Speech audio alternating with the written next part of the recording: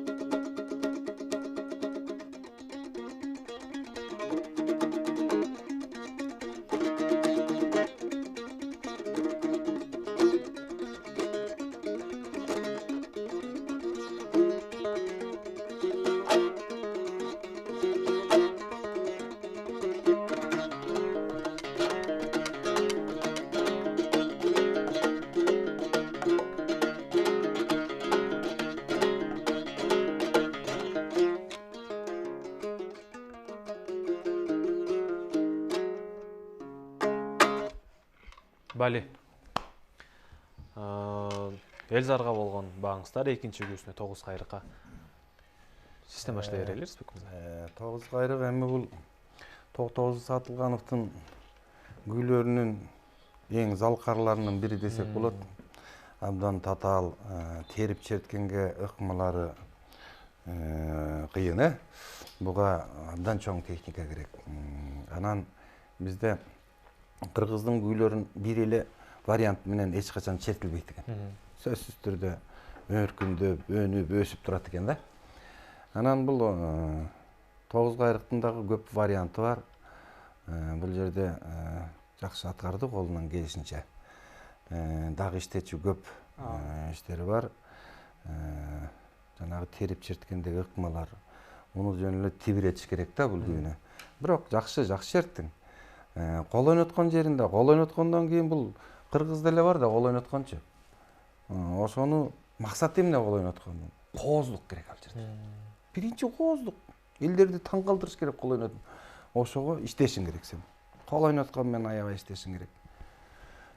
Анан сенин бул 9 кайрык черткениңе мен 8 деген баа койдум. Дагы көп эмгектен эми ким канча эмгектенсе ошончолук үзүрү болот ар бир нерседен. Негизгиси талантың бар экен, даның бар экен, калганы сенин эмгегиң, келечегиң да. Закир ага, сизде? Биринчи күүгө салыштырмалуу бир аз айырмачылыктар болду деңгээли жагынан. Анан мен ойлоп атам, баягы биринчи аткарган күүнүн маанайынан чыга албай койдуң да. Ошол күүнүн характеринен чыга албай койдуң. Мен дагы бир кеңеш айтат элем. Күүлөрдү чертерде, кайсыл күүнү чертерден мурун устаттарды, ошол күүнүн авторлорун улуулаштырып черткен дагы пайдасы көбүрөөк да. Мисалы Токтогул атабыз улуу да, улуу кишинин күүсү, күү дагы улуу болот да ошол өмүр көчүнөн. Анан эң биринчи 9 кайрыкты чертсең балким башкачараак чертмек болушуң керек деп ойлойм да. Анан бир аз аянып койду.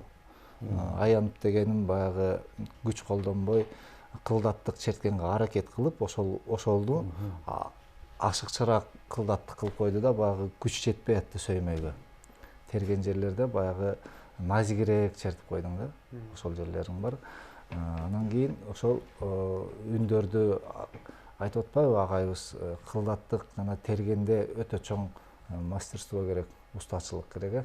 Буга да көбүрөөк макшыгыш керек экен. Агайым 7 коюп коебу деп сарсануу болотун эле, мен дагы ошо көтөрмөлөп 8 коем деп аткам да ичимен. Анан ушу 8 деген баа туура болду. 9 коеюн десек, ага бир аз эмгек керек болуп калды. Анан кийин өзүң деле билсең керек, комуз көп жылдан бери эле чертип жүрөсүң, кайсыл жерлерде кандай ката кетиргениң. Анан жалпысынан эң жакшы аткаруулар болду. Күүнү тандаганың жакшы, болгону ошо мамилени дагы жасаганды билиш керек күүлөргө. Ошол 8 деген баа жакшы.